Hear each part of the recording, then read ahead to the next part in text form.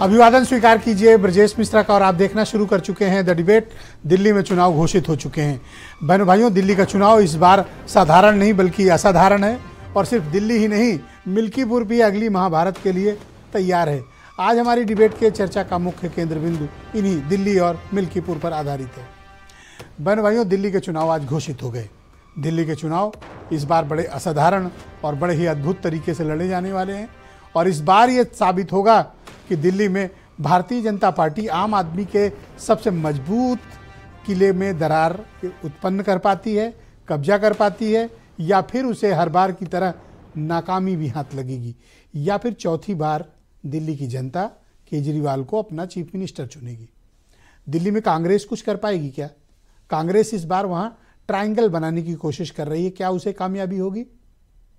Debate शुरू करूं इसके पहले आपको बता देना है कि 5 फरवरी को सिर्फ एक ही चरण में दिल्ली में मतदान होने और 8 फरवरी को काउंटिंग होनी है। 5 फरवरी को अयोध्या के मिल्कीपुर सीट, जो अवधेश पासी के सांसद बनने की वजह से रिक्त हुई थी, उस सीट पर चुनाव है और 8 को वहां भी मतदान होना है। सबसे पहले बात हम दिल्ली की करेंगे। बहनों भाइयों, दिल्ली का चुनाव बहुत प्रतिष्ठापरक है और ये भारतीय जनता पार्टी के लिए एसिड टेस्ट है और आम आदमी पार्टी के लिए सर्वाइवल का चुनाव है। अगर दिल्ली उनके हाथ से निकली तो पंजाब भी वो ज़्यादा वक्त अपने पास रोक नहीं पाएंगे और फिर भारतीय जनता पार्टी को रोक पाना उनके लिए लगभग नामुमकिन हो जाएगा। आम आदमी पार्टी के लिए ये करो या मरो का वक्त है, क्योंकि हाल ही में पार्लियामेंट की सभी सीटें दिल्ली में भारतीय जनता पार्टी ने जीत ली। लेकिन ऐसा कई बार से होता है कि बीजेपी पार्लियामेंट्री सीटें सब जीत लेती है पर असेंबली इलेक्शन उतनी ही बुरी तरह से हारती है। दिल्ली के मतदाताओं का वोटिंग बिहेवियर और पैटर्न बहनों भाइयों इस शोध का विषय होना चाहिए कि जो मतदाता झोली भर भर के पार्लियामेंट्री चुनाव में बीजेपी को खुला मतदान करता है, आम आदमी पार्टी को कुछ खड़े होने लायक नहीं छोड़ता, वही असेंबली के इलेक्शन में हाल वो बीजेपी का करता है। ऐसे मतदाता अद्भुत होते हैं और ऐसे मतदाताओं का अभिनंदन होना चाहिए कि उनकी सोच क्या है, थॉट प्रोसेस क्या है। वो अपने ही इंटरेस्ट पे काम करते हैं कि जब सेंट्रल का चुनाव होगा वो बीजेपी को चुनते हैं और जब राज्य का चुनाव होगा आम आदमी पार्टी को। दोनों कंट्रास्ट हैं, वोटर वही है लेकिन वोटिंग बिहेवियर में कितना चेंज है। दिल्ली इस देश की वर्सटाइल, वाइब्रेंट और डायनामिक डेमोक्रेसी का सबसे जबरदस्त प्रमाण है। मैं दिल्ली को अक्सर उदाहरण के तौर पर लोगों के समक्ष स्पीच में या किसी चर्चा में मैं दिल्ली का उदाहरण देता हूं कि इस देश का लोकतंत्र कितना समृद्ध है। जो लोग कहते हैं कि मतदाताओं को समझ नहीं या वो बह गए इन मुद्दों पर, उस पर ना, मतदाता हमारे देश का बहनों भाइयों बेहद समझदार है। वो जो भी फैसला करता है देश में सही करता है, अपने मुताबिक वो सर्वश्रेष्ठ फैसला देता है। भले आज हमें न पसंद आए, कल उन्हें न पसंद आए, लेकिन जनता का जो जनादेश है बहनों भाइयों राजनीति में, डेमोक्रेसी में और भारत के परिप्रेक्ष्य में वही सही है। तो दिल्ली में क्या मुद्दे हैं? दिल्ली में आम आदमी पार्टी की ताकत क्या है, कमजोरी क्या है, पहले इसकी बात कर लेते हैं। दिल्ली में आम आदमी पार्टी की ताकत अरविंद केजरीवाल है, उनका नेतृत्व है और आम आदमी पार्टी का दिल्ली के लोगों से डायरेक्ट कनेक्ट है। वो भी डायरेक्ट कौन लोग हैं? आम आदमी, गरीब आदमी, निम्न मध्यम वर्ग, सैलरीड क्लास, छोटा स्ट्रीट वेंडर्स, मजदूर, किसान, ये उनका व्यापारी कम्युनिटी, ये केजरीवाल की स्ट्रेंथ है। केजरीवाल की वीकनेस क्या है? उनकी वीकनेस यह है कि केंद्र के साथ उनका तालमेल ठीक नहीं है, योजनाएं प्रभावित होती हैं। दूसरा, केजरीवाल एकला चलो की रणनीति है, सिर्फ अपने फायदे के लिए सोचते हैं, कई बार उनके सहयोगी भी इग्नोर हो जाते हैं। दूसरा, उनकी जो ताकत है वही उनकी कमी भी है, एग्रेशन बहुत है उनकी राजनीति में, इनोवेशन बहुत है, एग्रेशन भी साथ में है, और ये उनकी एक वीकनेस में आता है। और तीसरा, वो एक सेट कोर कमेटी के साथ ही काम करने के आदी हैं, इनोवेशन उनकी टीम में बहुत कम दिखाई देता है। भारतीय जनता पार्टी की ताकत क्या है? सिर्फ और सिर्फ प्रधानमंत्री मोदी। दिल्ली में पिछले 20 सालों में साहिब सिंह वर्मा के निधन के बाद की मैं बात कर लेता हूं या सुषमा स्वराज जी के बाद की बात, बीजेपी एक भी ऐसा नेता नहीं तैयार कर पाई दिल्ली राज्य के भीतर जो सर्वमान्य चेहरा हो और जिसका अपना जनाधार हो, जिसका अपना वोट बैंक हो या जिसकी एक विश्वसनीयता हो, जो केजरीवाल का मुकाबला कर सके या उस कद के व्यक्ति का मुकाबला कर सके। पूरी रीजनल लीडरशिप बीजेपी की, केजरीवाल कई बार उसे पटक चुके हैं। रीजनल लीडरशिप में बीजेपी ने जितने भी कोशिशें की वर्टिकली फेल्ड रही, किसी का भी उठा के देख लीजिए। इसलिए शायद इस बार बीजेपी कोई सीएम फेस नहीं दे रही और पूरा का पूरा चुनाव प्रधानमंत्री मोदी ने अपने कंधे पर ले लिया है। मोदी ही हैं जो केजरीवाल को रोक पाते हैं। तीन पार्लियामेंट्री इलेक्शन इसके एग्जाम्पल हैं। दिल्ली बीजेपी के किसी नेता के रुके केजरीवाल रुकने वाले नहीं है। मोदी जी को खुद आना पड़ेगा केजरीवाल को रोकना है तो। यह बीजेपी की कमजोरी है और ताकत सिर्फ मोदी है। केंद्र की कोई ऐसी योजनाएं भी दिल्ली के लिए नहीं रही जिसको एग्जाम्पल के तौर पर पेश कर सकें। तो नरेटिव, नेता और नीति, इस पर केजरीवाल की पकड़ बीजेपी के मुकाबले ज्यादा बड़ी है, ज्यादा ताकतवर है। और यही बात है कि वो बीजेपी से एक बढ़त लेते हैं दिल्ली के राज्यों के चुनाव में। और जब सेंट्रल इलेक्शंस होते हैं, जनरल इलेक्शंस होते हैं, उसमें तस्वीर बिल्कुल उल्टी होती है। इनकी ताकत कमजोरी बन जाती है और उनकी कमजोरी ही उनकी ताकत बन जाती है। इसी कारण परिणाम दोनों के बिल्कुल अलग अलग आते हैं। यह है दिल्ली की खासियत। दिल्ली का कोई अपना मतदाता नहीं है बहनों भाइयों।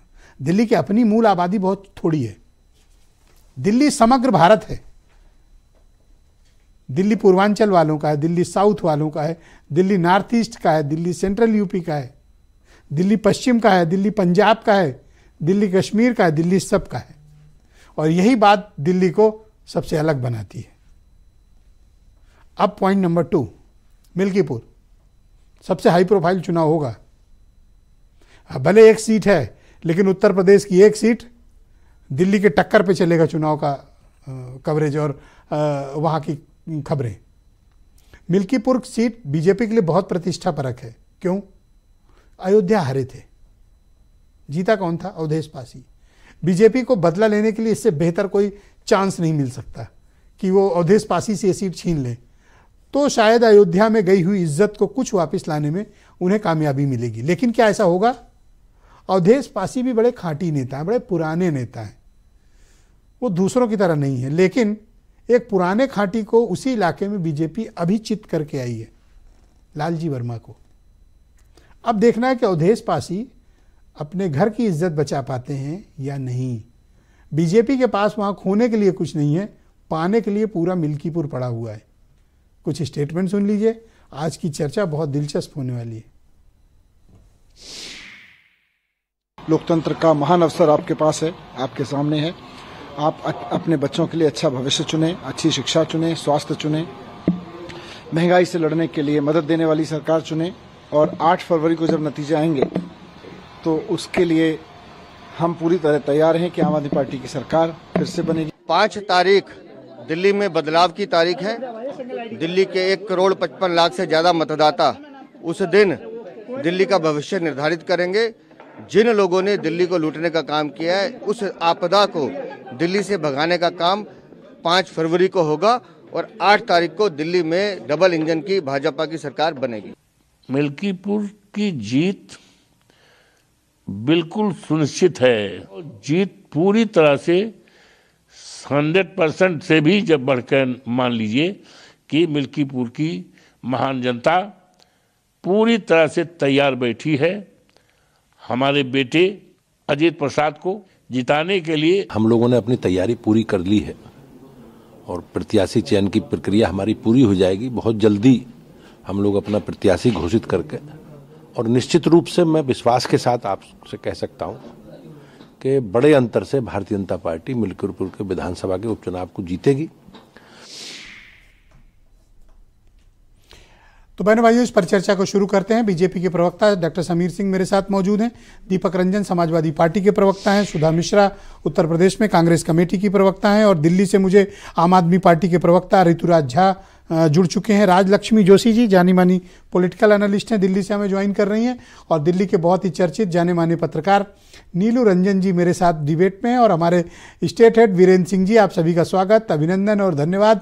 ऋतुराज झा जी, कार्यक्रम की शुरुआत आपसे, और आप डिफेंडिंग चैंपियन रहे हैं और आप 4 बार 3 बार वहाँ सरकार बन चुकी है आम आदमी पार्टी की, आप चौथी बार के लिए मैदान में हैं।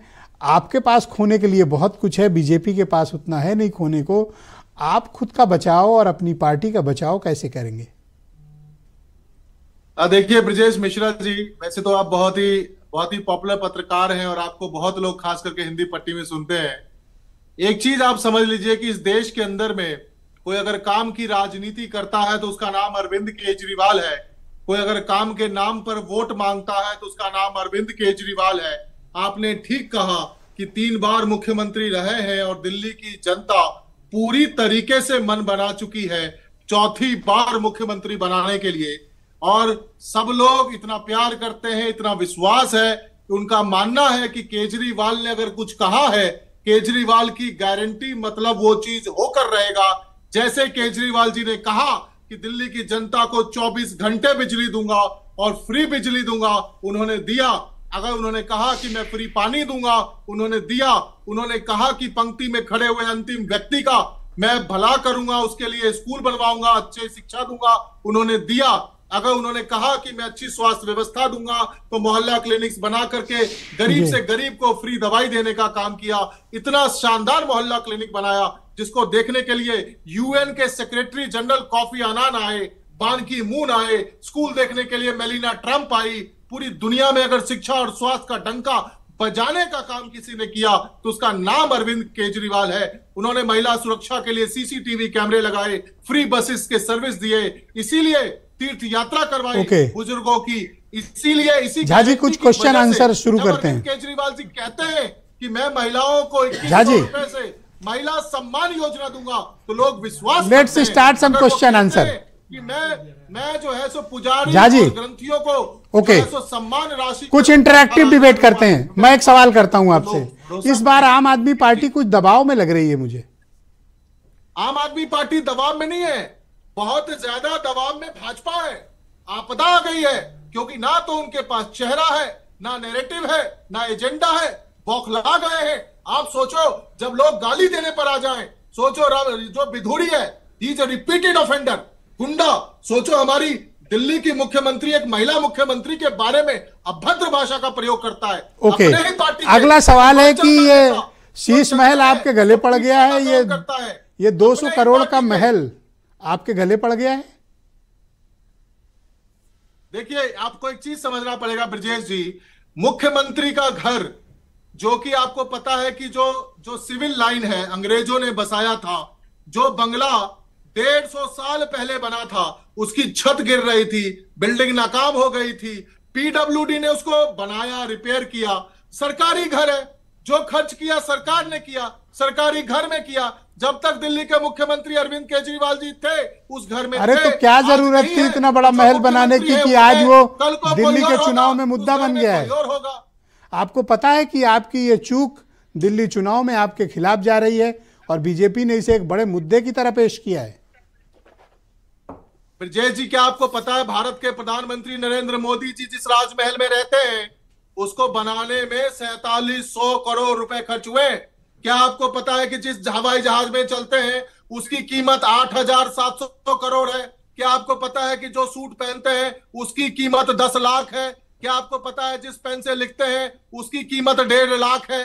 जनता को इस बात से मतलब है ब्रजेश जी कि जो जनता टैक्स देती है, दिल्ली की जनता अगला सवाल आपसे कांग्रेस से संबंधित है। सरकार को 3 लाख करोड़ देती है, राज्य सरकार पार्लियामेंट के चुनाव में मैंने केजरीवाल जी को एक सवाल लेते हैं, जनता मूल्यांकन करती है कि किसको इंटरैक्टिव डिबेट करते हैं। सुनिए, केजरीवाल जी को मैंने पार्लियामेंट्री इलेक्शन में कांग्रेस के लिए वोट मांगते देखा और अब मैं देखता हूं कि कांग्रेस और आपके बीच गाली गलौज चल रही है।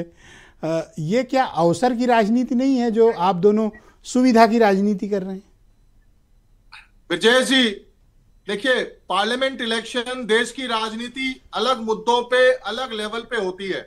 उसमें जब आपको 2 में से एक को चुनना है, इंडिया अलायंस और NDA alliance, it is a different election. Presidential style of election होता है जैसे यूएस में होता है। ये लोकल मुद्दों पे राज्यों के चुनाव होते हैं, बिजली, पानी, हाउ इट इज डिफरेंट? महिला, आपके लीडर जब जेल गए थे, मुझे उस दिन याद है झा जी कि सोनिया गांधी, प्रियंका गांधी जंतर मंतर में आपकी पार्टी के मंच पर आए थे और केजरीवाल के अरेस्ट को गलत, लोकतंत्र विरोधी बताया था और उन्हें ईमानदार कहा था। आज आपकी पार्टी केजरीवाल को, कांग्रेस पार्टी केजरीवाल को करप्ट कह रही है, देशद्रोही कह रही है। या तो आपका तब का साथ गलत था या भी आप लोग गलत हो। ब्रजेश जी, दिल्ली के अंदर में हमारा कभी कोई अलायंस नहीं रहा है। दिल्ली के चुनाव में, ना इस चुनाव में कोई अलायंस है। राष्ट्रीय चुनाव, जैसा कि मैंने कहा कि जब देश का चुनाव होता है तो उसके मुद्दे अलग होते हैं, उसके नैरेटिव अलग होते हैं, उसके एजेंडे अलग होते हैं। लेकिन आज हम दिल्ली की बात कर रहे हैं और दिल्ली के लोग। Thank you sir. मैं समीर सिंह जी को इनवाइट करता हूं। बहुत शुक्रिया आपका। अब मैं बीजेपी के प्रवक्ता को इनवाइट करता हूं और मैं पहले सबसे पहले राउंड में कहता हूं कि सब लोग एक दूसरे की बात सुने। झा जी धन्यवाद। झा जी धन्यवाद। झा जी धन्यवाद। नहीं कर सकते, इसीलिए छटपटाहट है। Thank you sir. दर्द है। Thank you sir. घबराहट है। बहुत शुक्रिया आपका। धन्यवाद सर। अब मैं चाहता हूं कि डिबेट में मैं बीजेपी के प्रवक्ता को आमंत्रित करता हूं और सबसे अनुरोध है कि पहले राउंड में कोई किसी को इंटरप्ट नहीं करेगा। मैं डॉक्टर समीर सिंह जी को इनवाइट करता हूं, बीजेपी के प्रवक्ता हैं। लगातार भारतीय जनता पार्टी 25 सालों से बाहर है। आपका दिल्ली में कोई 75 नहीं है, पार्लियामेंट्री जीत लेते हो, असेंबली में आपकी दुर्दशा हो जाती है। आप इसका राज खोज पाए कि दिल्ली की वही जनता आपके साथ असेंबली इलेक्शन में ऐसा व्यवहार क्यों करती है? नहीं, देखिए ब्रजेश जी, दिल्ली की जनता भारतीय जनता पार्टी के साथ है, माननीय मोदी जी के साथ है और इसका उदाहरण पिछले दिनों 2024 के चुनाव में भी दिखा, इसके पहले भी दिखा। मैं 2-3 चीज़ कहूँगा। हमारे आम आदमी पार्टी के प्रवक्ता लग रहा था कि संजय सिंह के ड्राइंग रूम से भाषण सुन के चले आए और डिबेट में भाषण दे रहे थे। कम समय में ज़्यादा भाषण देना रहता है मंच पर, तो संजय सिंह मॉडल चलता है। तो ऐसे ही चलता है। देखिए, 2-3 बातें मैं कहूंगा ब्रजेश जी। लोकतंत्र में ना, प्लीज बीच में नहीं बोलिए, प्लीज प्लीज। लोकतंत्र में 2-3 बातें मैं कहूंगा। लोकतंत्र में चुनाव होता है, जीत और हार होती है। भारतीय जनता पार्टी हर चुनाव को चुनौती मानती है। हमारे कार्यकर्ता प्रण से लड़ते हैं और माननीय मोदी जी के नेतृत्व में हम पूरे देश में चुनाव लड़ते हैं। जीत को भी स्वीकार करते हैं, हार को भी स्वीकार करते हैं। जो दिल्ली का चुनाव आपने कहा नैरेटिव नेता और नीति की होने जा रही है, मैं उस पर 2-3 चीज़ें कहूँगा। एक तो नैरेटिव आम आदमी पार्टी का खराब हो गया है, उनका कोई नैरेटिव चल नहीं रहा है। नेता भ्रष्टाचार की भेंट चढ़ गया और नीति उनकी फेल हो गई। अभी आम आदमी पार्टी के प्रवक्ता बहुत लंबी चौड़ी बोल रहे थे। अरविंद केजरीवाल जी पहले चुनाव में भ्रष्टाचार के खिलाफ, जो कांग्रेस यूपीए सरकार का भ्रष्टाचार था उसके खिलाफ लड़के आए थे और दिल्ली में जनता ने उन पर भरोसा किया था। दूसरे चुनाव में उन्होंने जो वादा किया था उन वादों पर दिल्ली की जनता ने भरोसा किया और जो उन्होंने गिना रहे थे, फ्री बिजली, फ्री पानी, फ्री सारी फ्री, समाज को सारी चीजें फ्री दे रहे थे, उसके बहकावे में हमें लगता है कहीं ना कहीं कुछ लोगों को लगा कि हमको सब चीज मिलेगा। लेकिन हश्र क्या हुआ? भ्रष्टाचार के खिलाफ जिस व्यक्ति ने आंदोलन लड़ा और सरकार प्राप्त किया। इमरजेंसी में एक पिक्चर आई थी ब्रजेश जी, हमें लगता है झा साहब एक बार देख लेंगे, किस्सा कुर्सी का। उस पिक्चर को झा साहब को सुझाव दे रहे हैं, किस्सा कुर्सी का आया था, उसे आप देखना। अरविंद केजरीवाल से झूठा नेता देश के अंदर कोई नहीं है। उन्होंने जो वादा किया था भ्रष्टाचार के खिलाफ लड़ाई की, उसको उन्होंने भ्रष्टाचार को अंगीकार कर लिया और जितने भ्रष्टाचार हुए, चाहे वो स्कूल शिक्षा के हुए, चाहे वो लीकर के भ्रष्टाचार हुए, चाहे वो शीश महल का भ्रष्टाचार हुआ, चाहे वो महिलाओं के अपमान का भ्रष्टाचार हुआ। मैं इस नाते कह रहा हूं कि जिस शीश महल की वो दुहाई दे रहे थे और कह रहे थे साहब अंग्रेजों के ज़माने की बिल्डिंग है, अंग्रेजों के ज़माने में भी उसमें अत्याचार हुआ होगा और अरविंद केजरीवाल के ज़माने में भी उसमें अत्याचार हुआ। स्वाति मालीवाल की पिटाई उसी बंगले में हुई थी। आपको शर्म आनी चाहिए महिला सम्मान के नाम पर। महिला सम्मान के नाम पर आपको माफी मांगनी चाहिए दिल्ली की जनता से कि आपने अभी कहा कि शराब घोटाला नेता को वही मारा था आप लोगों। शराब घोटाला आपने कहा, शिक्षा घोटाला आपने, तमाम और घोटाले दिखाए, लेकिन एक भी घोटाला अरविंद केजरीवाल पर आप चिपका नहीं पाए। जैसे एक सेकंड सवाल, जैसे शराब घोटाला था, आपकी पार्टी खुद ही शराब घोटाले का मुद्दा इस बार चुनाव में बना ही नहीं रही। नहीं ब्रजेश जी, हम बिल्कुल सारे घोटालों की सब मुद्दा बना रहे हैं। हम शीश महल को बता रहे हैं, हम स्वाति मालीवाल की पिटाई हुई जो महिलाओं की बात कर रहे हैं उसको उठा रहे हैं। शराब घोटाले में अरविंद केजरीवाल जी जेल में लंबे समय तक रहे, आज भी मुख्यमंत्री के वो दावेदार नहीं है। आज भी आतिशी के नेतृत्व में चुनाव हो रहा। पिछली डिबेट में मैंने कहा था कि आपने अरविंद केजरीवाल का फोटो लगाया है, आतिशी का फोटो नहीं लगाया। वो महिला अपमान तो वो कर ही रहे थे। केजरीवाल उनका नारा देखा आपने? नहीं, फिर से केजरीवाल नहीं, फिर स्वाति मालीवाल के साथ धोखा कर रहे। स्वाति मालीवाल को मुख्यमंत्री क्यों बनाया उन्होंने? और मैं जिस शिक्षा की बात कर रहे हैं, मैं वीडियो स्वाति मालीवाल का दिखा दूंगा, जिस स्कूल में जाके उन्होंने दिल्ली के स्कूल की दुर्गति वीडियो में दिखाई थी। ऑनलाइन है, कोई भी उसको देख सकता है, कोई भी उसको समझ सकता है। आपके पास नेताओं की कमी इसलिए आप स्वाति मालीवाल का बार बार नाम लेते हैं? मेरे पार्टी में बूथ अध्यक्ष से लेकर नहीं, मेरे पार्टी में हम बूथ का चुनाव लड़ते हैं ब्रजेश जी, हम जिले का चुनाव लड़ते हैं। हमारा कार्यकर्ता चुनाव लड़ता है, हम कार्यकर्ता के आधार पर चुनाव लड़ते हैं, हम झूठ के आधार पर चुनाव नहीं लड़ते। हमारे पास नेता है, हमारे पास हमारे पास मैं गिना दूं आपको, पर हमारे पास माननीय मोदी जी, हमारे पास माननीय अमित शाह जी, हमारे नड्डा जी राष्ट्रीय अध्यक्ष, हमारे दिल्ली के अध्यक्ष, हमारी दिल्ली की इकाई है। हमारे पास 20 ऐसे नेता हैं जिनकी अपील पर दिल्ली की जनता उनके साथ खड़ी हो। केजरीवाल हारे हुए हैं ब्रजेश जी। केजरीवाल को दिल्ली की जनता समझ गई है, न ये पानी दे सकते, न ये स्वास्थ्य दे सकते हैं। कोरोना में क्या हुआ था, मैं अगली बार समय देंगे तो बताऊंगा कोरोना में क्या हुआ था, ये दिल्ली की जनता जानती है। लेकिन इतना जरूर कहूंगा कि अरविंद केजरीवाल की झूठ को दिल्ली की जनता समझ गई। Thank you sir. मैं सुधा मिश्रा जी को बुलाता हूं। कांग्रेस भी एक स्टेक होल्डर है दिल्ली के चुनाव में, इसलिए इनकी भी ओपिनियन आना बहुत आवश्यक है। सुधा जी, आपका स्वागत जी। बहुत आभार। ये कब पता चला कि अरविंद केजरीवाल करप्ट और देशद्रोही हैं? ये कांग्रेस ने ये डिस्कवरी कब की? चलिए ब्रजेश जी, आपने नैरेटिव, नेता और नीति की बात की, शुरुआत यहां से करूंगी, उसके बाद मैं उस प्रश्न पे भी आऊंगी। आपने देखा होगा इस चुनाव में जो हमारे आपके प्रवक्ता बोल रहे थे और समीर भाई बोल रहे थे, दोनों की बातों की नैरेटिव आपको एक जैसी नहीं लगी? दोनों के पास एक के पास राजमहल, एक के पास शीश महल। नेता दोनों के पास एक के पास मोदी जी, एक के पास केजरीवाल, और नीतियां दोनों की कोई नहीं है। दोनों ने नीति विहीन राजनीति करने का जो ठान रखा है वो इनके असली टीम ए और टीम बी के रूप में दिखाई पड़ जाता है। वो हर जगह। टीम में अब आपके प्रश्न टीम बी कौन है? आप जब एक जैसी नीतियां हैं, एक जैसे नैरेटिव है और एक ही जैसा नेता है। समीर सिंह की क्या गलती? कल तक तो आप बाहों में बाहें डाल के घूम रही थी। अब सुनिए आपकी पार्टी और आप पार्टी। बिल्कुल। समीर सिंह कहां से बेचारे गलती से आ गए? जी, कितना अच्छा इनका क्या कसूर है? आपने क्या कंक्लूजन निकाला है? नैरेटिव, नेता और नीति तीनों विहीन है। ये लोग तीनों इनके पास नहीं है, क्योंकि दिक्कत इस बात की है, जनता को लगातार इन्होंने अपने जुमलों वादों से झुठलाया। किसने? हमारे मोदी जी ने लगातार किसी भी एक जुमले का नाम नहीं है। नहीं, मोदी जी ही तो है हर जगह। बचता कहाँ है? मिल्कीपुर में लड़ रहे हैं चुनाव, दिल्ली में भी लड़ रहे हैं, गुजरात में भी लड़ रहे हैं। अब आती हूं मैं, जब हम लोकसभा के चुनाव में थे तो वहां पे आपने देखा था कि इस देश में ऐसी विचारधारा से हम लड़ रहे थे जहां पे आपको एक साथ आना बहुत जरूरी था। आपने महाभारत से स्टार्ट की थी, आपने कहा महाभारत में कौरवों के साथ कृपाचार्य, द्रोणाचार्य, भीष्म सब थे, लेकिन जीत किसकी हुई थी?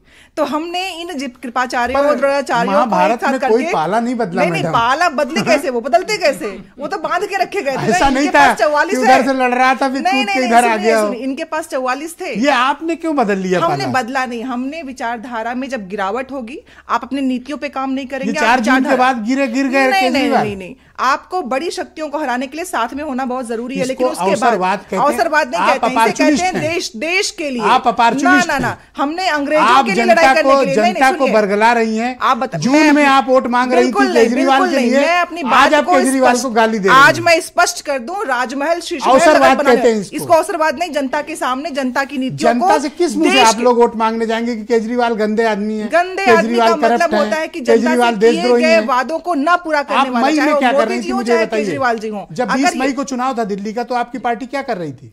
हम केजरीवाल के सहारे आप कैंपेन चला रहे थे। नहीं, हम इस देश के मुद्दे, देश की राजनीति को बदलना है। वहां पे एक स्टेट की बात नहीं थी, कुर्सी मजबूत करने के लिए आप बिल्कुल नहीं। वहां बात थी देश की राजनीति में इस तरह से जो संघ की विचारधारा अपने आप को जकड़ रही है, उससे दूर करने की बात थी। और जाहिर सी बात है, वहां पे एक होना ही पड़ेगा। और दूसरी महत्वपूर्ण बात, आप जब विचारधारा से देशद्रोही हैं जी, केजरीवाल देशद्रोही हैं। जिस पे जो आरोप लग रहा है उसको साबित करने में आप मैं अपने मजे माखन कह रहे हैं, मैं थोड़ी कह रही हूं। मैं कह रही हूँ ना, नेताओं ने जो कहा है, मेरे पार्टी की तरफ से जो कहा गया है, जब न्याय के केजरीवाल द्वारा करप्ट हैं, मैं उस पे जब आवाज क्यों लड़खड़ा नहीं रही लड़खा है? रही है। देखिए, मैं किसी के बारे Thank में you, अपने madam. व्यक्तिगत बयान नहीं देती हूँ, लेकिन हाँ, Thank you, madam. एक बात स्पष्ट है कि हमें अपने न्याय व्यवस्था पे पूरा भरोसा है। बहुत शुक्रिया आपका। मैं दीपक रंजन जी को इनवाइट करता हूं। आज मैंने आपकी पार्टी के अध्यक्ष का स्टेटमेंट देखा। दीपक जी, आप तो अनकंडीशनल सपोर्ट किए जा रहे हैं, बिना कुछ आपको मिले। आप इस तरह कैसे सपोर्ट करते हैं? बिना कुछ मिले ही आप हर जगह समर्थन करने लगते हैं।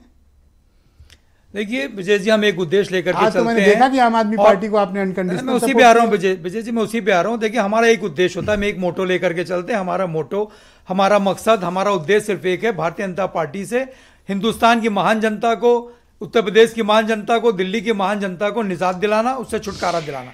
इसलिए जो देखिए भारतीय जनता पार्टी को हराता हुआ दिखेगा, हम उसके साथ खड़े दिखेंगे। आज की तारीख में, पिछले आपने कहा ना कि लोकसभा में जो है भारतीय जनता पार्टी 100% उनका जो है वो रहता है, 7 की 7 सीटें जीत जाते हैं। लेकिन उसके कुछ दिन बाद ही जब विधानसभा का चुनाव होता है तो किस बुरी तरीके से हारते हैं लोग।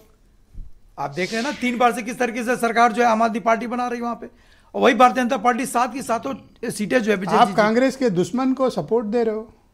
नहीं, देखिए, कोई हमारे लिए कोई दुश्मन नहीं है, हमारे लिए सिर्फ दुश्मन एक है, भारतीय जनता पार्टी।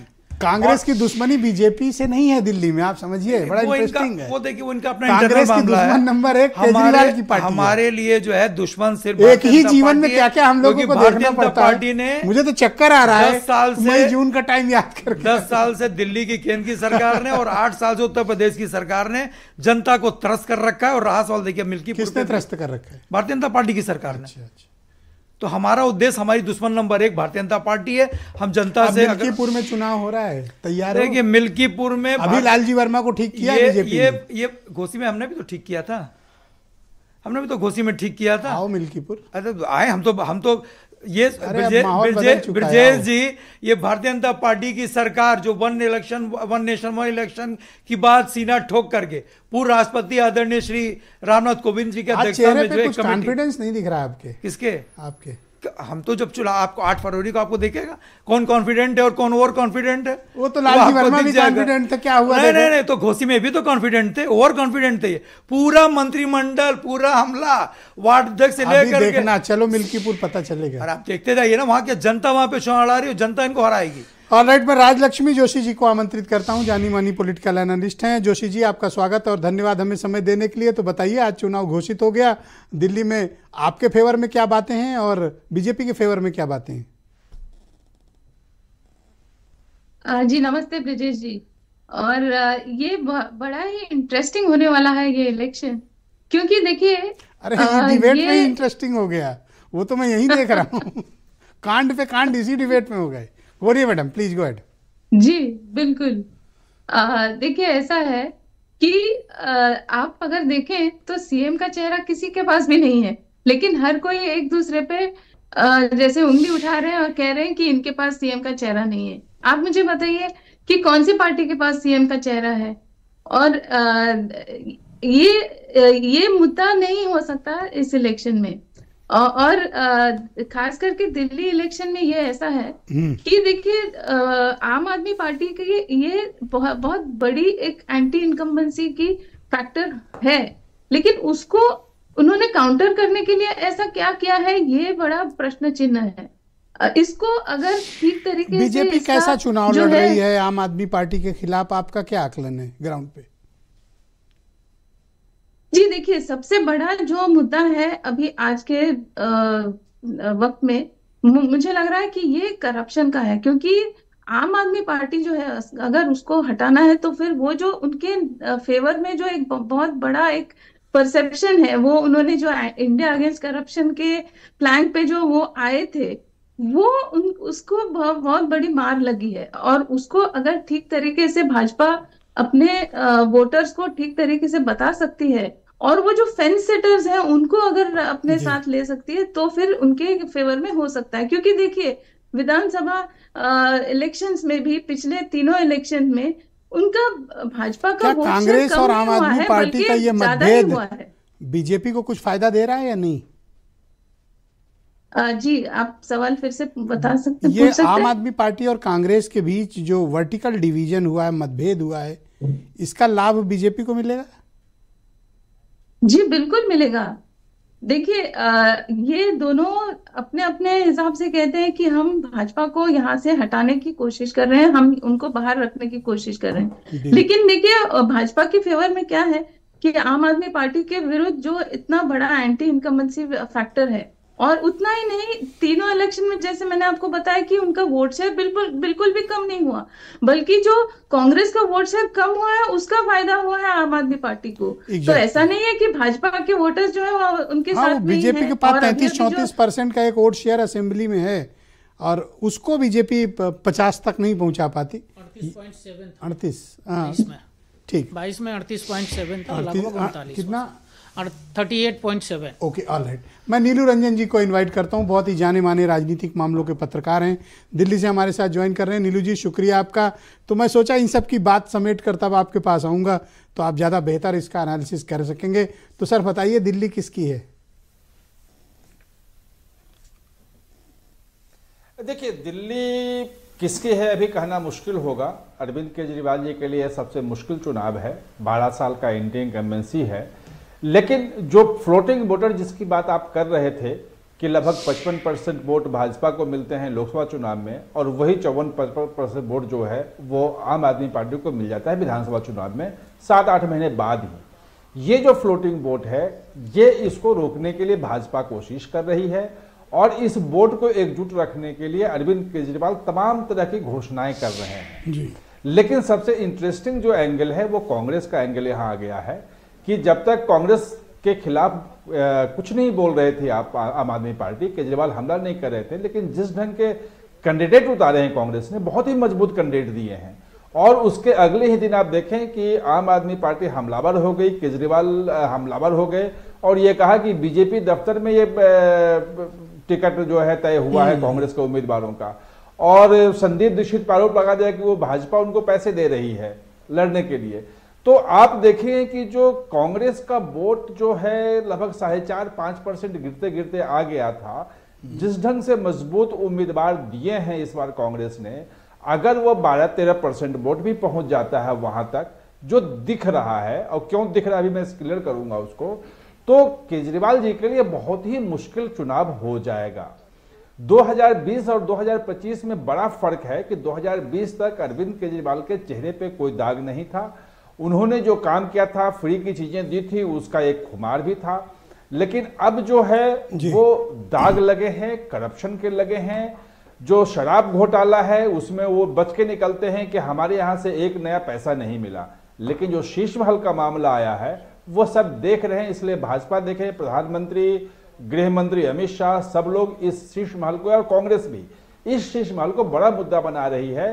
क्योंकि हम आम आदमी पार्टी जो अपने साइज से बड़ा शर्ट पहनते थे आम आदमी दिखने के लिए, वो अगर ऐसी विलासता की चीजें बटोरते हैं तो जनता को कहीं ना कहीं अरे कई बार होता है सर कि नाप गलत हो जाती है। मान लीजिए कि मैं 44 नंबर पहनता हूं और गलती से 46 मिल गया, तो क्या मैं गरीब आदमी दिखने के लिए ऐसा करता हूं? नहीं, नाप का भी फर्क होता है सर। केजरीवाल अपने लिए शॉपिंग नहीं करते होंगे। देखिए मुख्यमंत्री बनने के पहले से जब वो परिवर्तन चलाते थे तब से मैं उनको जानता हूं और वो इसी ढंग से रहते हैं, कोई बुरी बात नहीं है, आम आदमी की तरह रहता है, कोई अच्छी thank you sir. Virendra ji भी आ गए डिबेट में, मैं नेक्स्ट राउंड में आपके बाकी मसलों को सम्मिलित करूंगा सर। वीरेंद्र जी भी आ गए डिबेट में। वीरेंद्र जी स्वागत आपका। तो बताइए, तो मिल्कीपुर का चुनाव भी आपके यूपी का घोषित हो गया और दिल्ली का भी, तो क्या आपको किस तरह का फीडबैक और बज दिल्ली और मिल्कीपुर से मिल रही? वीरेंद्र जी देखिए, यूपी में एकमात्र उपचुनाव है और दिल्ली में पूरे राज्य का चुनाव है और उपचुनाव में ये कहा जाता है भाई कि सरकार का ज़्यादा अपर हैंड होता है और सरकार प्रभावी रहती है, संसाधन होते हैं उनके। लेकिन एक जो सबसे बड़ी बात आई कि समाजवादी पार्टी को कटहरी में हार का सामना सिर्फ इसलिए करना पड़ा कि वो परिवारवाद के आरोप से घिर गई। अगर वही गलती मिल्कीपुर में दोहराई जाती है तो फिर वहां पर समाजवादी पार्टी को परेशानी का सामना करना पड़ेगा, क्योंकि कार्यकर्ता नेता बहुत दिनों से सोचते रहते हैं कि भाई जब ये सीट खाली हुई तो किसी और कार्यकर्ता को मौका मिले। लेकिन जब परिवार के सदस्य को टिकट दिए जाएंगे तो वहां पर लोगों में आक्रोश आता है। हालांकि राजनीतिक दलों की अपनी मजबूरियां हैं, उस पर ज़्यादा कुछ नहीं कहना है, जीतेगा कौन मिल्कीपुर में। लेकिन अयोध्या में अवधेश प्रसाद ने जिस तरह से बीजेपी को हराया था, ये उनके पास एक अवसर है, उस हार का बदला वो ले सकते हैं, उसकी वो कोशिश करेंगे। ब्रजेश जी, दिल्ली दिलवालों का शहर मानी जाती थी जब हम लोग छोटे थे। अब तो सवेरे जहाज से जाओ, शाम के लौट आओ दिल्ली से, इतनी व्यवस्था हो गई है। तब तो लोग हवाई जहाज में उड़ने का बहुत सपना भी नहीं था, ना इतना पैसा होता था। दिल्ली दिलवालों की नगरी थी। लेकिन अब ऐसा लगता है कि दिल्ली के भाग का फैसला झुग्गी झोपड़ी वाले करते हैं। दिल्ली के जो एलीट मतदाता है वो लोग तो शायद ही कम वोट करने निकलते होंगे। अगर इस अंतर को भी देखा जाए तो बात समझ में आएगी। लेकिन हैरत की बात यह है कि जिस आम आदमी पार्टी के 4 बड़े नेता जेल चले गए, उस आम आदमी पार्टी को दिल्ली की जनता ने लोकसभा चुनाव में हरा दिया। और राहुल गांधी भी तब उनके साथ थे, गठबंधन में थे। अब कांग्रेस पार्टी अलग लड़ रही है, सारे नेता जेल से छूट चुके हैं। विधानसभा चुनाव में आम आदमी पार्टी भी पूरी ताकत से है जी। लेकिन क्या भाजपा लोकसभा की उस जीत को विधानसभा में बरकरार रख पाएगी? अंतर बहुत ज्यादा था विधानसभा में। कितना चमत्कार होगा, 3 सीट से बढ़ के भाजपा क्या पूरा पलट देगी, जैसे हरियाणा में और मध्य प्रदेश में और महाराष्ट्र में उसने पलटा है। ऐसा कोई चमत्कार होने की क्या उम्मीद है? अब तो ये आने वाले वक्त में तय होगा। लेकिन हम जिस लड़ाई को देख रहे हैं दिल्ली में, वो लड़ाई सरकार पर कब्जे से ज्यादा दिल्ली को एक पार्टी की सरकार बनाने की है, जिसमें केंद्र में वही पार्टी हो, दिल्ली में भी वही पार्टी हो। क्योंकि इस लड़ाई से दिल्ली का जो परिदृश्य लोगों ने देखा, सरकारी एजेंसियों पर दुरुपयोग के आरोप लगे, सीबीआई से लेके तमाम घोटाले के आरोप आते हैं। ये बड़ा अजीब सा लगता है हमारे देश में। एक मुख्यमंत्री बने, उसके हाथ में न डंडा हो, न कलम हो, न उसके हाथ में कोई अधिकार हो, न पुलिस हो। थाने पे जाए, रोज पुलिस पूछताछ करने के लिए बुलावे, पहुंच जाए घर पे। ऐसा मुख्यमंत्री विचित्रता, ऐसी सरकार से क्या फायदा, क्या हासिल होता है? या तो दिल्ली को पूर्ण राज्य बना दो या तो केंद्र शासित प्रदेश घोषित कर दो। ये चुनाव से जनता को बहुत ज्यादा इंटरेस्ट नहीं लगता है जी। लड़ाई जरूर लड़ी जा रही है अपने अपने हित की, लोग लड़े, लेकिन जब फैसला गवर्नर साहब को करना है तो मुख्यमंत्री का पद बना काहे के लिए है? खत्म कर देना चाहिए। वैसे संविधान का अलग अलग सिस्टम बनाया हमारे महापुरुषों ने, अब उस पर कौन विचार करे? लेकिन दिल्ली की जनता बड़ी होशियार है। एक बार वो लोकसभा में मोदी को चुनती है, विधानसभा में केजरीवाल को चुनती है। केजरीवाल की योजनाओं को वो लाभ लेती है, लेकिन लोकसभा में कहती है तुम अभी सरकार में नहीं आ पाओगे, रुको। कितना बड़ा फासला और कितना साफ अंतर दिल्ली की जनता ने क्रिएट कर रखा है। आप देखिए 3 चुनावों से। जी वीरेंद्र जी, बीजेपी के पास मुख्यमंत्री पद का कोई चेहरा नहीं है, ये उसकी सबसे बड़ी कमी है। हर चुनाव वो मोदी के नाम पर लड़ना चाहते हैं। भाजपा, आम आदमी के पास बहुत सारे चेहरे हैं, लेकिन कांग्रेस जो चाहती है कि भाजपा भले जीत जाए लेकिन आम आदमी पार्टी ना जीत पाए, इस आधार पर वो इस बार शायद चुनाव में आई है। कांग्रेस का अचानक से इतना नाराजगी, इतनी नफरत हो जाना आम आदमी पार्टी के प्रति, जिसके पास विधानसभा में 1 सीट न हो, 0 पर है, वो सरकार बनाने का दावा कर रहे हैं। तो आप सोचो कि ये लोग कितना हवा में रहते हैं और कितना जनता को घुमाते हैं। जी वीरेंद्र जी, अच्छा कंक्लूड करें जी। लक्ष्य तो देखिए कांग्रेस पार्टी क्या पाएगी, लेकिन नीतीश कुमार का हो सकता है 1 सीट भाजपा दे दे दिल्ली में, 1-2 सीट, क्योंकि नीतीश कुमार को लेके बड़ी हवाएं चल रही हैं। और आज इलेक्शन कमीशन भी कह रहा था कि हम पर बेवफाई का आरोप तो हरदम लगता है, या तो सनम बेवफा पिक्चर बनी या तो फिर ईवीएम बेवफा बनी। 2 ये आज तक इस देश में चर्चा हासिल कर पाई बेवफाई के मामले में। तीसरा मामला चुनाव आयोग के सामने है जी। वैसे जिस देश में लोग महंगाई कम करने की बात करते हैं, जिस देश में लोग मुफ्त की योजनाओं से जनता को लुभाते हैं, ये लोग समझ लें इस बात को कि कोई चीज मुफ्त नहीं है, चाहे भाजपा दे, चाहे आम आदमी, चाहे कांग्रेस, हर चीज की कीमत आपको ही एक दिन चुकानी है। जी तो सुनिएगा कि अब बाजारों में सीजन सेल का है और धंधा ये सारा पैसों के खेल का है। महंगाई पसर गई गरीब के चूल्हे पर और रिजल्ट ये सारा सरकारों के मेल का है। और गाड़ी छोड़ कितने लोग पैदल हो गए, किया धरा ये सब सारा काले तेल का है। ब्रजेश जी, सरकार पार्टियां चाहे जितनी कोशिश कर लें, लेकिन जनता मालिक है। एक चौपाई सुनिएगा कि तुलसी तुलसी सब करें और तुलसी बन गए घास, और भाई कृपा राम की बन गए तुलसीदास।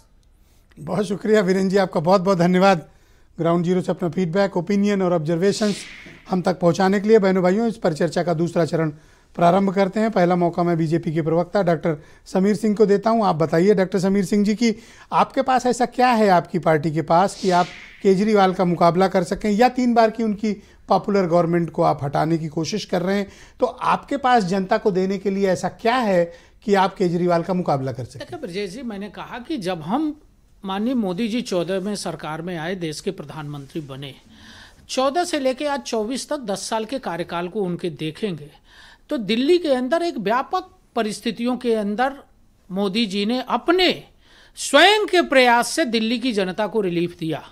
मैं अरविंद केजरीवाल जी सरकार में आए, उन्होंने घोषणाएं जो की थी उसका क्या हुआ? एक तुलनात्मक अध्ययन दिल्ली की जनता कर रही है। जमुना का क्या हुआ, स्वास्थ्य का क्या हुआ, मोहल्ला क्लिनिक की क्या स्थिति है, रोजगार का क्या हुआ, स्कूलों का क्या हुआ, हॉस्पिटल का क्या हुआ, ईमानदारी का क्या पहले हुआ, राउंड में बोल चुका, शीश महल का क्या हुआ, महिला अपमान में स्वाति मालीवाल से बड़ा उदाहरण कुछ नहीं। आपके पास क्या है देने के लिए? देखिए माननीय मोदी जी सरकार में आने के बाद मैं 2-3 घटनाएं याद दिलाना चाहता हूं। आप देने के लिए क्या ये बताइए? दिल्ली के अंदर कोरोना के काल में जब दिल्ली ऑक्सीजन के लिए परेशान थी तो अरविंद केजरीवाल जी कहाँ थे, ये उनकी पार्टी के लोग नहीं बताते हैं। माननीय मोदी जी रात को जग के दिल्ली की जनता को सेना लगा के, हमारी भारत की सेना ने महत्वपूर्ण योगदान दिया, और माननीय मोदी जी रात को जग के हवाई जहाज का इस्तेमाल करके ऑक्सीजन लाने के लिए और दिल्ली की जनता को ऑक्सीजन दिया। दिल्ली की जनता को उत्तर प्रदेश के मुख्यमंत्री ने, जो हमारे बिहार और उत्तर प्रदेश के साथी रहते थे, अरविंद केजरीवाल ने उनके घरों की बिजली काट के उनको नोएडा के दिल्ली के बस स्टेशन पर भेज दिया था। माननीय मुख्यमंत्री योगी आदित्यनाथ जी पूरी रात जग के बसों को लगा के उनके घरों तक पहुंचाए। पर आप अभी भी नहीं बता पाए कि आपके पास देने के लिए क्या योजना है? सब दिया हमने, दिल्ली को हमने सब दिया। बता रहे हो अभी क्या स्कीम्स हैं आपके पास? ब्रजेश जी, मेरे पास मेरे पार्टी का नारा है सबका साथ, सबका विकास और सबका विश्वास। गरीब कल्याण की जो हमारी योजनाओं का कोई जवाब है? नहीं, इनके पास कोई योजना नहीं। पुजारी को पैसा दे रहे हैं, महिला सम्मान योजना, ब्रजेश जी कोई गारंटी नहीं, महिला को पैसा दे रहे हैं। झूठ है, झूठ है। पंजाब में क्या दिया बता दो भाई। आम आदमी पार्टी महिला सम्मान योजना में क्या हुआ, संजीवनी योजना में क्या हुआ? आपके पास कोई काउंटर है जिसका जिक्र राजलक्ष्मी जी भी कर रही थी? ब्रजेश जी, भारतीय जनता पार्टी के सरकार की योजनाएं जमीन पर, चाहे वो स्वास्थ्य के क्षेत्र में हो, चाहे वो झाजी मेरी आवाज मिल रही है आपको? सम्मान के बारे में हो। ओके, झाजी से कनेक्ट नहीं हो पा रहा, भी कनेक्ट करेंगे। जो पैसा देने के लिए कहा था वो दिया क्या? थैंक यू सर, धन्यवाद सर। दिल्ली के अंदर 2100 की घोषणा कर रहे हैं, वो झूठ का स्कीम का मुकाबला करते हुए बताइए। जो भ्रष्टाचार इन्होंने किया है दिल्ली की जनता जानती है। इनके भ्रष्टाचार उजागर हो गए हैं, इनके नेताओं के भ्रष्टाचार उजागर हो गए हैं जी, और दिल्ली की जनता इनको बुरी तरह पराजित करेगी। विश्वास के साथ आपको सुधा जी, मैं आपसे जानना चाहता हूं कि कांग्रेस पार्टी के पास ऐसी क्या योजनाएं हैं कि केजरीवाल का आप मुकाबला करें? बड़े माइटी पावरफुल हैं वहां पे, पता है 63 सीटें 70 में जीत लेते हैं। आप लोग के पास तो कुछ भी नहीं है। आपकी स्थिति बीएसपी टाइप हो गई है। बिल्कुल नहीं, अभी वो जीत रहे हैं, उसके पहले कांग्रेस सरकार में थी, और शीला दीक्षित जी के ऊपर जिस तरह से आरोप लगा के केजरीवाल जी आए थे, सबको पता है, पूरे देश को पता है, पूरी दुनिया को पता है। तो ये बिल्कुल न कहें कि हमारे पास सरकार या हमारी सरकार नहीं थी। दिक्कत इस बात की है कि जो एक राजनीति का बीज बोया गया झूठ का, और आरएसएस ने खुद माना कि जब रामलीला मैदान में ये लोग अपना कर रहे थे तो आरएसएस ने सपोर्ट किया था। वो मेरी ही डिबेट पे एक्सेप्ट किया था। हाँ, मैंने देखा था उसको जी। उन्होंने कहा कि हमने सपोर्ट किया था। अब सोचिए कि जब हम लोग कहते हैं इस बात को कि भाजपा और आप मिलकर अपने काम को कर रहे हैं, तो उसमें उन्होंने शीला दीक्षित पे आरोप लगाए, सरकार बनाई और यानी आम आदमी पार्टी आरएसएस की बैकिंग है। अब आरएसएस खुद कह रही है कि हमने सपोर्ट किया था। ये आपको कब पता चला?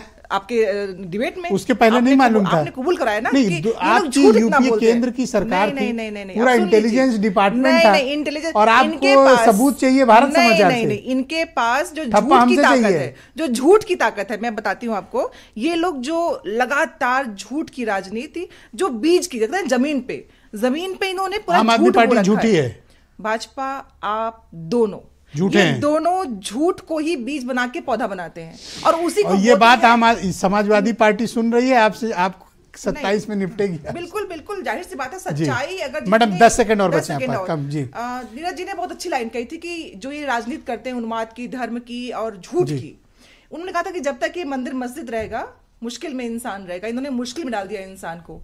जो अरे ये पुजारी को पैसा दे रहे हैं, ग्रंथी दे रहे हैं। मैंने कहा ना कि इन्होंने इंसानियत मुझे 2-3 इमामों ने फोन किया, पादरियों ने फोन किया, भैया हमारी क्या गलती है? ऋतुराज झा से पूछो, पादरी को पैसा दें।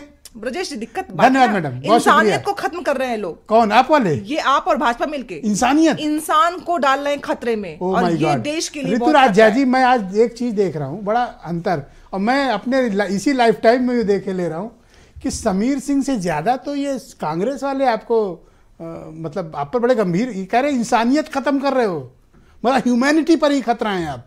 तो मोदी जी सही हैं, आप मीन्स आप दा जो बौखलाहट है, भाजपा के जो पेट में दर्द है, सवाल वही है। जैसे नेता अरविंद केजरीवाल जी ने कहा कि भाजपा में आपदा है, ना तो चेहरा है, ना एजेंडा है, ना नैरेटिव है, काम का मुकाबला नहीं कर सकते हैं, इधर उधर की बात करते हैं। इनसे पूछिए कि आपका 20 राज्य में सरकार है, क्या कोई एक सरकार है जहां पर फ्री बिजली मिलती हो, 24 घंटे बिजली मिलती हो? उत्तर प्रदेश आ जाओ, देख के जाओ। सरकार गुजरात उत्तर प्रदेश को देख हाँ बोले। आपको पता है वहां पे स्कूल टीना टप्पर के हैं, बच्चों के लिए टॉयलेट्स नहीं है, स्कूल का रिजल्ट ऐसा है, सैकड़ों स्कूल बंद हो चुके हैं, बच्चे मजबूर हैं। अच्छा, आप मुझे ये बताओ झा जी, फीस देने के लिए ये कांग्रेस वालों से आपके कांग्रेस वाले इतना भला बुरा क्यों कह रहे हैं आपको? 20 राज्यों में सरकार है इनकी झा जी। अरे सवाल तो ले लो, जो केजरीवाल। अच्छा सुनिए ना, एक सवाल लेते हैं।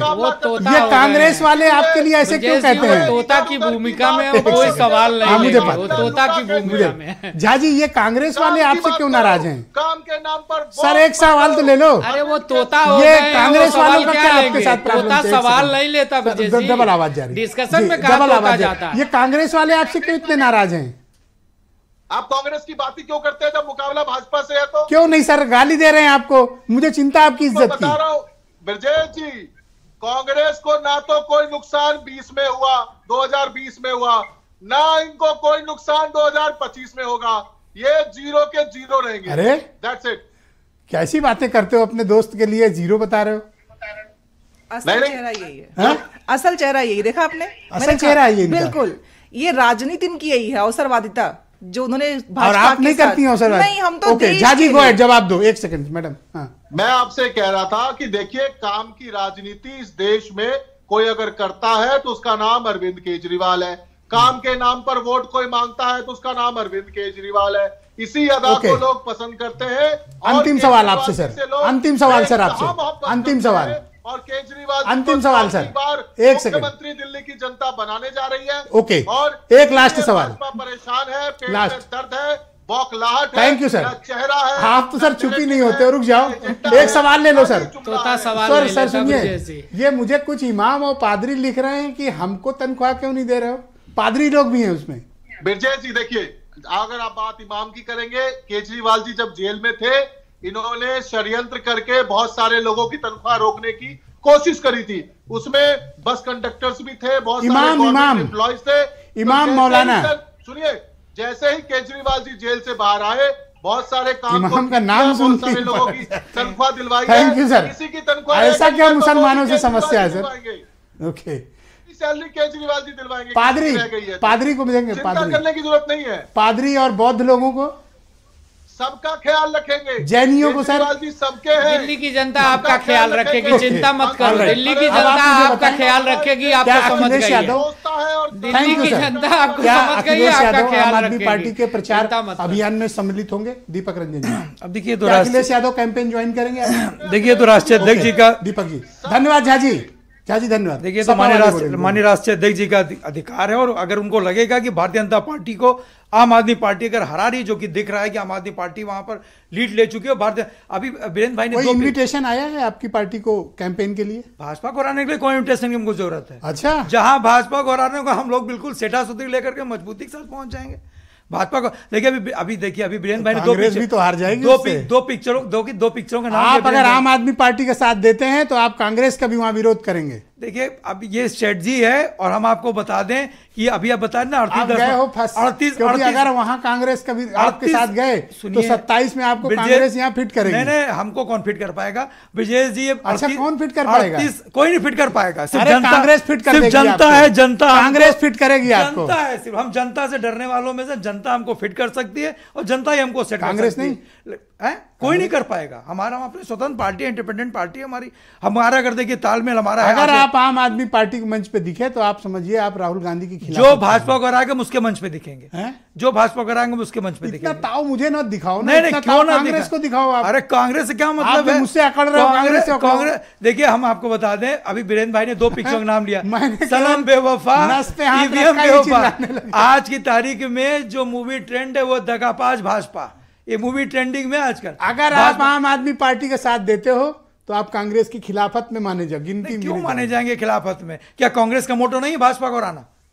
कांग्रेस चाहती है कि भाजपा वहां पे दोबारा स्थापित हो जाए, दोबारा आप कभी जीते, बाकी चाहे जो जीत जाए। नहीं, भाई हम चाहते हैं भाजपा हारे चाहे कोई जीत जाए। हम चाहते हैं भारतीय जनता पार्टी वहां पे जो मंसूबे अपने पाले हुए। तो आप कांग्रेस के पक्ष में प्रचार करो, जाओ फिर। किसको? आपके पार्टनर। अरे भाई, जब वहां पे आम आदमी जो खुद हार रहा है, निरंतर हार रहा है, 2014 से उत्तर प्रदेश में सारे चुनाव हार रहे हैं। अभी सारे चुनाव हार रहे हैं। 24 में पटकनी दी है, 24 में पटकनी दी है, चुनाव हार रहे हैं। आप पढ़े अभी हार गए भाई इलेक्शन, अभी आगे भी हार गए। बुलेट के दम पे 2 बड़े सीनियर लोग हैं। बुलेट के दम पे मतलब चुनाव कर रहे हैं, बजट के दम पे हिम्मत राजलक्ष्मी जी सपने बुलेट के दम पे चुनाव कराते हो। गोसी में भी पटकनी दी ना, अरविंद केजरीवाल भी मोदी जी कुछ नहीं है, झुग्गी झोपड़ी में मोदी तो झोपड़ी में रह रहे हैं। बहुत बहुत थैंक यू। दोनों की आवाज बंद कर दो अगर ना माने। सर नहीं जा रही आवाज आपकी, सर नहीं जा रही आवाज नहीं जा रही, आवाज बंद है सर, नहीं जा रही आपके। और स्टूडियो में बात राजलक्ष्मी जी को मैं जोड़ना चाहता हूँ। राजलक्ष्मी जी, तो अब फाइनल मुझे बताइए कि क्या ये कांग्रेस का दृष्टिकोण जिस तरह से लड़ रही है चुनाव, और भी दल उसके साथ जा रहे हैं वहां पे कैंपेन आपका ज्वाइन करेंगे, क्या ये कांग्रेस के लिए एक एम्बैरेसमेंट है दिल्ली में? और आप वालों से पूछो तो कांग्रेस के नाम पर तो कूद के निकल जाते हैं, इन पे बात मत करो, बीजेपी के बारे में बात करो। बोलिए मैडम। जी देखिए, कांग्रेस और आम आदमी पार्टी का वैसे भी वो कन्वीनियंस का मामला था। जैसे अभी शुरुआत में अभी आप अगर देखें तो आम आदमी पार्टी ने पूरी तरीके से जोर शोर से जो कांग्रेस के विरुद्ध, खास करके शीला दीक्षित जी के विरुद्ध जो उन्होंने कैंपेन किया था, उसके बाद उसी कांग्रेस के साथ हाथ जोड़ के वो सत्ता में आई थी। ये आप मत भूलिए। तो ये जो है उनका हमेशा ये कन्वीनियंस का ही मामला रहा है। लोकसभा इलेक्शन में उन्होंने सोचा कि इनके साथ हाथ जोड़ने में हमारा आपके कहने का तात्पर्य है कि कांग्रेस को डंप कर दिया है आम आदमी पार्टी ने? जी सुनाई नहीं दिया क्या? कांग्रेस को डंप कर दिया आम आदमी पार्टी ने? जी बिल्कुल। और देखिए, मैं एक 2-3 विषय में आपको थोड़ा सा एक क्लैरिफिकेशन। मैडम 20 सेकंड है, प्लीज कंक्लूड कर लें 20 सेकंड में। जी जी देखिए, आरएसएस अन्ना हजारे का मूवमेंट अगर स्पॉन्सर भी कर रही थी या पीछे भी थी, तो ये याद रखिए कि अन्ना हजारे का और आम आदमी पार्टी का अभी आज के समय में कोई भी लेना देना नहीं है। वो पूरी तरीके से अलग हो चुके हैं। उन्होंने खासकर उन्हीं लोगों के साथ में हाथ जोड़ लिया है जिनके खिलाफ अन्ना हजारे थे। तो फिर ये बात जो है, तो ये तो बिल्कुल ही बेबुनियाद है। और सीएम चेहरे की जो बात है तो आप मुझे बताइए कि कौन से राज्य में भाजपा ने सीएम का चेहरा अनाउंस किया सर? था? उत्तर तो ये प्रदेश कोई में नई करके बात गए है थे सर। उत्तर प्रदेश का चुनाव मैडम 22 में तो चीफ मिनिस्टर फेस पे ही लड़े थे, योगी जी के फेस। नहीं तो अरविंद केजरीवाल को क्यों नहीं घोषित करते? आतिशी को क्यों नहीं घोषित तो कर तो दिया फिर से नहीं तो केजरीवाल। आतिशी से इस्तीफा ले लें। आतिशी को बनाया क्यों? भाई सीएम भेज अरविंद पूछा। केजरीवाल नीलू अगर रंजन जी। दिल्ली की जेल में रह के नीलू जी। मुख्यमंत्री बने रह ओके, सकते हैं नीलू तो जी। आतिशी को मुख्यमंत्री क्यों आप मुझे बनाया? बताइए कि एक और विषय। दिल्ली का यही तो एक्चुअल महिला टेक चुका अपमान है। है। यही महिला अपमान है। नीलू जी बड़े सीनियर यही जर्नलिस्ट हैं, महिला आप अपमान उनको है। बोलिए। यही डमी नीलू मुख्यमंत्री जी बनाया बहुत अरविंद सीनियर केजरीवाल जर्नलिस्ट ने। यही हैं। समझ बोलिए नीलू जी, गो अहेड सर। आप मुझे अब दिल्ली की राजनीति का बताइए कि आपकी स्ट्रेंथ क्या है और बीजेपी की क्या है? नहीं देखिए, आप और बीजेपी की जो लड़ाई है वो आपने जो है वो हमलावर होके और फ्री बीज और नए नए वादे के सहारे आगे बढ़ रही है। पुजारियों को देना कि भाई सैलरी देंगे, ये तमाम तरह के वादे हैं। बुजुर्गों का इलाज और महिलाओं को 2100 रुपये तमाम कर रही है जी। जो बीजेपी की राजनीति है वो हरियाणा और महाराष्ट्र की तरह है सर, कंप्लीट जो अल्ट्रा लोकल लेवल पे तैयारी है। मतलब गली मोहल्लों में जाके वो तैयारी कर रही है और जहां से वो उसको लग रहा है कि जो हरियाणा महाराष्ट्र में हम कर पाए वो कर पाए। जो कांग्रेस की बात है कि कांग्रेस ने 2015-2020 में बिल्कुल सरेंडर कर दिया था भाजपा को हराने के लिए और तभी उसकी एक भी सीट नहीं आई। इस बार उसके बाद लेकिन आम आदमी पार्टी ने गुजरात, गोवा, हर जगह पंजाब में कांग्रेस को हराने के लिए तमाम तरह काम किए। तो इस बार बीजेपी कांग्रेस वालों ने जो छीना है वो बीजेपी से नहीं छीना सर। और अगर वो मजबूती ये सब कांग्रेस का छीन लिए हैं। देखिए दिल्ली कांग्रेस से छीन ली, ठीक, पूरा पंजाब कांग्रेस से छीन लाए सर। इन्होंने कांग्रेस को सर आज इस हालत में खड़ा कर दिया कि ये ऋतुराज झा ये कह रहे हैं इनकी परफॉर्मेंस ऐसे ही रहेगी सर, उसमें कोई कमी नहीं आएगी। 20 में भी वो ऐसे थे, 25 में। मतलब कैसा कमेंट किया देखिए। मतलब जिनके चक्कर में ये शहीद हो गए कांग्रेसी, आज वो बैठ के मजे ले रहे हैं। तो मुझे तो मैं एक ही लाइफ टाइम में क्या क्या देखना पड़ रहा है। इसीलिए इस बार जो कांग्रेस लड़ रही है मजबूती से लड़ रही है। और देखिए दिल्ली में 12% मुस्लिम बताता है जो अभी तक केजरीवाल जी के आम आदमी की तरफ वोट पड़ता रहा था। अगर उसको बिल्कुल इग्नोर कर देते हैं, उनका नाम लेने से डर थैंक यू सर, और नोटों पे लक्ष्मी गणेश के तस्वीर लगाने की बात कर रहे हैं, तो उस सर जिसको जो इमाम को सैलरी देगा सर, कांग्रेस को अगर मुसलमान उसके बारे में सोचेगा सर, मुश्किल हो जाएगा आपके लिए। इमामों की चिंता होनी चाहिए सर। बहुत शुक्रिया आपका, बहुत धन्यवाद। मैं अपने सभी अतिथियों का बहुत शुक्रगुजार हूं कि इतनी ठंड में भी आप सब लोगों ने समय निकाला और इस गर्मा गर्म डिबेट में आप सबने पार्टिसिपेट किया। बहन भाइयों, आप सबका भी धन्यवाद कार्यक्रम देखने के लिए। नमस्कार।